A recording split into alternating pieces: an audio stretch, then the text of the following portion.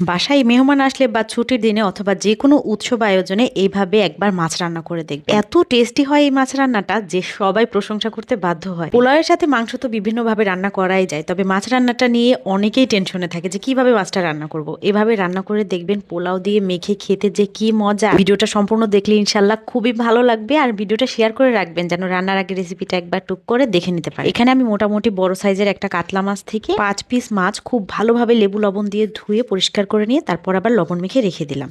তারপর একটা ব্লেন্ডারে জারের মধ্যে ছোট 2টা পেঁয়াজ, 2টা কাঁচামরিচ, 2 চা চামচ তিল, এর সাথে 4-5টা কাজু বাদাম, ছোট 2 খণ্ড আদা, একটা ছোট রসুন, এগুলোকে গরম পানি দিয়ে একটু সময় ভিজিয়ে রেখে তারপরে ব্লেন্ডারে পেস্ট তৈরি করে নিচ্ছি। একটু মিহি পেস্ট করলে ভালো হবে, আর এগুলো কিন্তু খুব সহজে চাইলে পাটায়ও বেটে নেওয়া যায়। এখন লবণ মাখানো মাছগুলোকে আমি প্রথমে একটু ভেজে নিচ্ছি।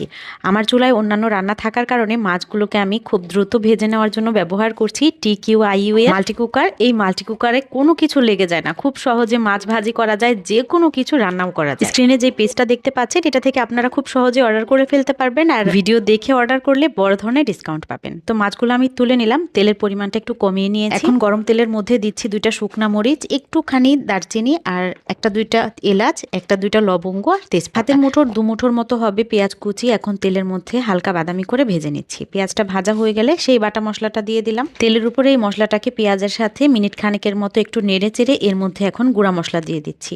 স্বাদ মতো মরিচের গুঁড়া দিচ্ছি, আধা চা চামচ করে এখানে ধনিয়ার জিরার গুঁড়া দিচ্ছি। এর সাথে স্বাদ মতো লবণ দিয়ে মশলাটাকে আমি আবারও 2 মিনিটের মতো একটু নেড়ে চেড়ে কষাচ্ছি। এরপর মশলার কাঁচা ভাবটা চলে যাওয়ার পরে এর মধ্যে টক দই অ্যাড করছি। টক দইটা এই রান্নাতে অবশ্যই দিতে হবে, এটা একটা মূল উপাদান বলতে পারেন। হাতের কাছে টক দই না থাকলে গুঁড়া দুধের মধ্যে একটু লেবু চিপে নিয়ে হলেও টক দই বানিয়ে দিবেন।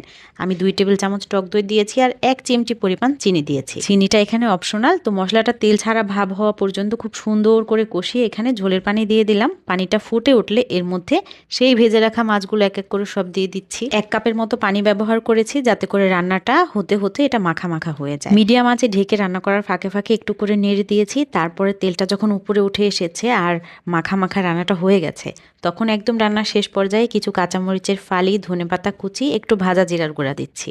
গরম মশলার ফ্লেভারটা একটু বেশি পছন্দ করলে এখানে একটু গরম মশলাও দিতে পারবেন। তবে মাছ রান্নাতে আমি সচরাচর খুব একটা গরম মশলা ব্যবহার করি না। এভাবে স্পেশাল কোনো আইটেম তৈরি করলে গরম মশলাটা ব্যবহার করি। বাচ্চারাও খুব পছন্দ করে মাছ। মিনিট খানেকের মতো ঢেকে রেখে চুলা থেকে নামিয়ে ফেলবো। এখন গরম গরম পোলাওয়ের সাথে এই মাছের রেসিপিটা খেতে যে কতটা মজা, একবার হলেও ট্রাই করে দেখবেন। ইনশাল্লাহ আপনি তো পছন্দ করবেন, সবাই আপনার রান্নার প্রশংসাও করবে। অনেকেই আছে মাছ একেবারেই খেতে চায় না, এরকম করে রান্না করে দিলে দেখবেন চেহারাটা এত সুন্দর হবে, দেখেই সবাই একটু খেতে চাইবে।